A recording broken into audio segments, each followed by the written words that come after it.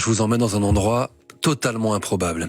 La réserve indienne de Pine Ridge. C'est l'endroit des États-Unis le plus pauvre de tout le pays. C'est l'endroit où les gens meurent à 55 ans en moyenne.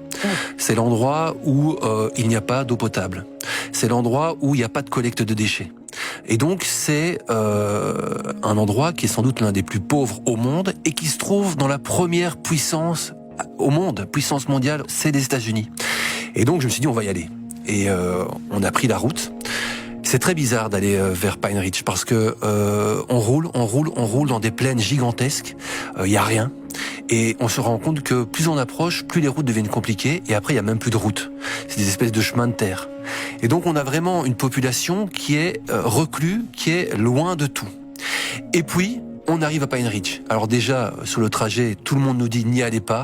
Ils sont un peu considérés, les Indiens d'Amérique, comme on dirait ici, parfois comme on peut considérer avec, je trouve, une mauvaise image, les Gitans. Et donc on dit n'y allez pas, c'est dangereux. Et on s'est retrouvé à Pine Ridge. Et effectivement, j'ai rarement vu dans ma vie, pourtant vous le savez, j'ai beaucoup voyagé, d'endroits avec une telle désolation. 85% de chômage. Des personnes qui vivent dans une situation sanitaire désastreuse. J'ai eu l'occasion de faire pas mal de rencontres et il y a un fléau. Et c'est marrant parce que ça fait partie aussi de l'imaginaire qu'on avait. C'est qu'on avait l'impression qu'à l'époque, on avait mis les Indiens dans des réserves et qu'on leur donnait de l'alcool pour qu'ils restent calmes et qu'ils arrêtent de se... Eh ben, c'est encore le cas aujourd'hui. Sauf qu'à Pine Ridge, comme dans la plupart des réserves indiennes, hein, il y a quand même 310 réserves aux États-Unis, eh bien, l'alcool est interdit.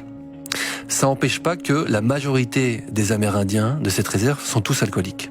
Alors qu'est-ce qu'ils font ? Ils boivent du désinfectant pour les mains. Ah, non. Ils boivent du bain de bouche. Et donc on est allé dans des petits supermarchés où les rayons de bain de bouche et de désinfectant pour les mains étaient vides.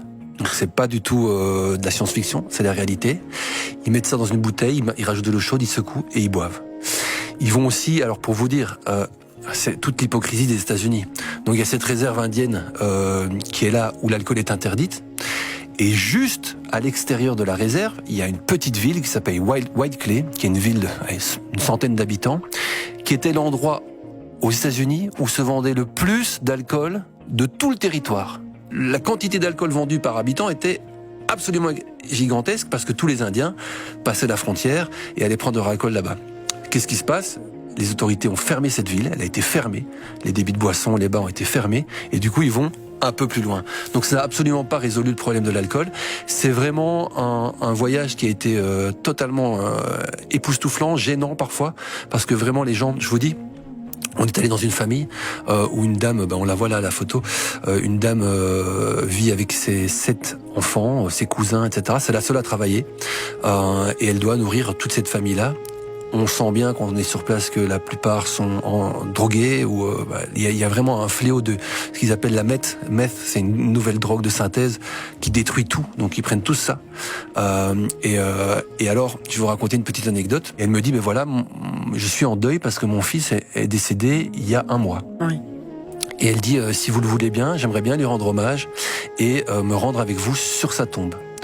Il se fait que la tombe est à 50 mètres, quoi, parce qu'il creuse des tombes un peu partout, parce qu'ils meurent tous. Honnêtement, je suis désolé d'utiliser des mots comme ça, mais c'est vraiment la situation sur place. 55 ans, l'espérance de vie à Pine Ridge. On est aux États-Unis quand même. Et on arrive devant la tombe, une petite croix en bois, et son fils est mort du diabète. Parce que c'est ça aussi le drame des États-Unis, et surtout dans ces régions-là, c'est que ce sont des déserts gastronomiques. Tu trouves pas de légumes. Nous, on a cherché, on ne trouve pas de légumes. Tout est conditionné, plastique, avec tous les conservateurs qu'on peut imaginer. Et donc, beaucoup de sucre. Ils mangent beaucoup de sucre, parce que tous les produits sont remplis de sucre. Et le fils est mort du diabète. Donc, consommation de sucre. Et sur la tombe, une bouteille de Pepsi et des bonbons. Un paquet de bonbons.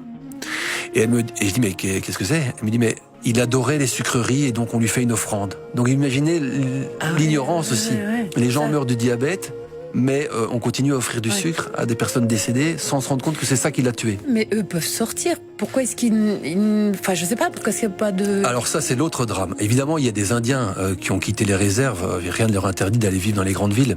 Mais il faut savoir qu'il y a un grand racisme aux États-Unis. Et que c'est ça un peu toute l'hypocrisie et l'absurdité du système. C'est que ce sont les premiers Américains, ce sont les Amérindiens. C'était eux les premiers, c'est eux qu'on a chassés de leur propre terre. Et pourtant, c'est eux qui aujourd'hui subissent le plus de racisme. Faut savoir, quand on va là-bas dans le Dakota du Sud, que les Américains, les Blancs, c'est vraiment des cow-boys. Hein.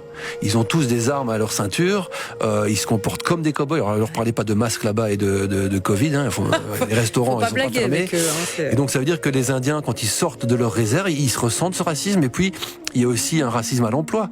Et donc, ils sont un peu limités, en fait, dans leurs possibilités. Et puis, dans cette réserve, ils sont entre eux. Ils vivent pas ce racisme. Ils sont dans leur famille. C'est la terre de leurs ancêtres aussi. Ils sont très attachés à leurs ancêtres.